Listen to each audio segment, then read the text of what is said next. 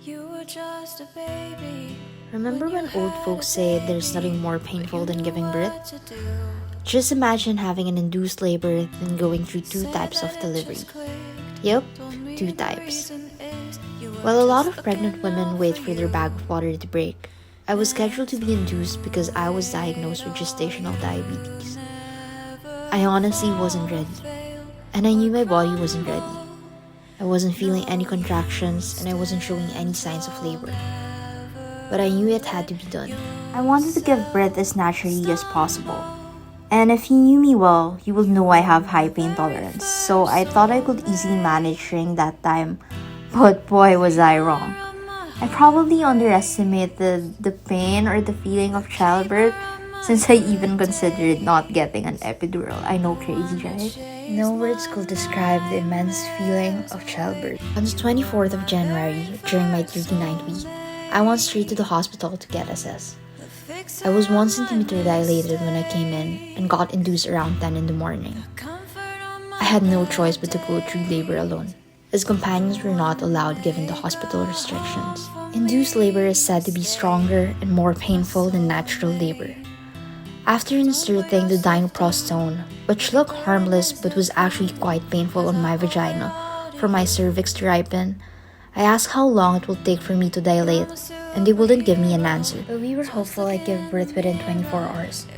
I was told the first pregnancy is usually the hardest, and it might take time.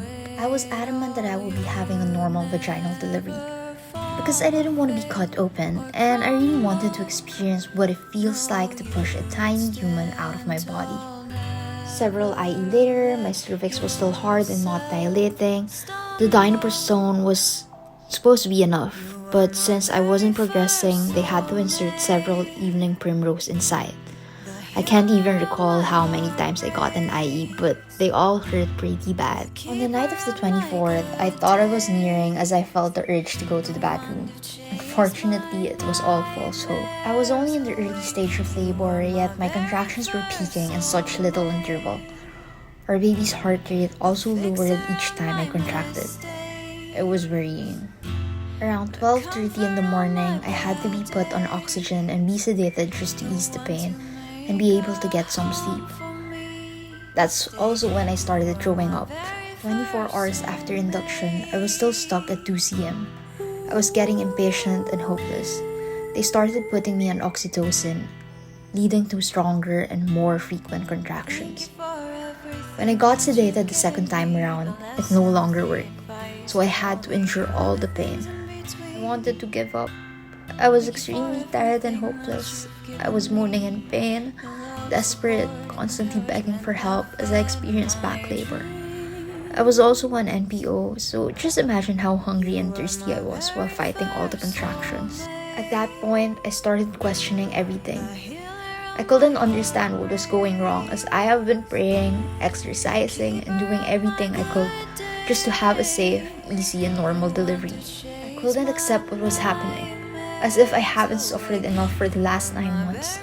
I messaged my friends saying I didn't deserve all the emotional and physical pain, and that I just wanted to die. The contractions were extremely painful on the 25th of January. I felt like Bella Swan giving birth to Renesmee and breaking dawn. By 3 p.m., I dilated to 3 cm and was allowed epidural. Normally, you have to wait until you dilate to 5 cm, but given my condition, the moment I hit 3 cm, they rushed me to the delivery room and gave me my most awaited request. The thought of having the epidural injected around my spine didn't really scare me. In fact, I was actually excited for it as I have been begging for it for several hours. The first shot of epidural felt like heaven.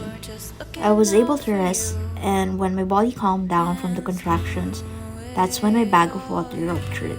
I felt so hopeful. I was nearing. By 6:30, I dilated to 5 cm and my water broke further after an hour. I continued throwing up. Perhaps it was the side effect of the epidural since I had quite a number of top-ups. By 8 p.m., I was already at 8 cm. I already felt the pooping sensation and was so ready to push. So my doctor started coming in and the delivery room was filled with the whole medical team. The contractions were insane, and I was begging for another epidural, but I was just asked to endure the pain for the last time as it would be easier to push if I felt the contractions. But they were really bad because I was having back labor. Normally, you contract in your tummy, but mine kasi it was in the back. So it was really hard. I was panicking, and at that time, I was feeling extremely dehydrated. So they were putting like the cotton balls with water on my mouth because I can't drink water. I was holding on for dear life. And for someone with extremely high pain tolerance, going through labor was humbling. I honestly told my doctors that I felt like dying during that time. After 36 hours of excruciating labor and 2 hours of trying to push our baby out, just when we thought I was nearing victory, my OB broke the news to me. Our baby wouldn't descend, and she was only getting sucked in despite how well I pushed. My heart shattered. I felt like a failure as everyone did their very best for me to have a normal delivery. It was so frustrating considering I endured so much pain in the last 36 hours only to find out I will be cut open and undergoing emergency C-section, which I didn't want. No matter how hard I fought, no matter how much we tried, things still didn't go as planned. I mean, come on, universe, really? I know I deserve better after everything I went through. I didn't know what to expect when I was being rushed to the operating room, but it was sort of scary since it was an emergency. Everything was fast paced, you feel the rush, and I was shivering. My arms were uncontrollable. It was like I'm having a seizure, and my doctors had to reassure me that I'm going to be fine and it's just the anesthesia. Unfortunately, everything after that was a blur. I have no memory of baby out, her first cry, her first breastfeed. I couldn't even remember taking photos with her. I was probably dead from all the anesthesia and the pain that I went through for 36 hours. I think if I was more conscious and more aware, I would have probably cried upon seeing her and demanded for better photos. But at least I have the raw ones to preserve, right? And this is what childbirth really looks like. But still, it saddens me that I was robbed of that important moment, as I couldn't really recall any of what happened during those times. The next day, I found out the reason why she wouldn't descend. Apparently, our baby was in occiput posterior position. That's the reason why she wouldn't descend and why I was having back labor all throughout. And she was also bigger than we expected. But yeah, I'm still thankful because we had a successful delivery and we're both safe and healthy. I couldn't help but cry whenever I remember what I went through, and I wanted to write about it because I wanted to immortalize my childbirth experience. As painful as it is a story we're telling, as this pregnancy is a testament to my strength and resilience. But God and the universe, if you hear me, I am exhausted. All my life, I fought so many battles and had no choice but to be strong. This is the peak of it all. I just want comfort, safety, and peace. I just want things to fall into place without much effort and thinking. Especially now that our beautiful daughter is here. But at the same time, thank you. For it was an eye-opener.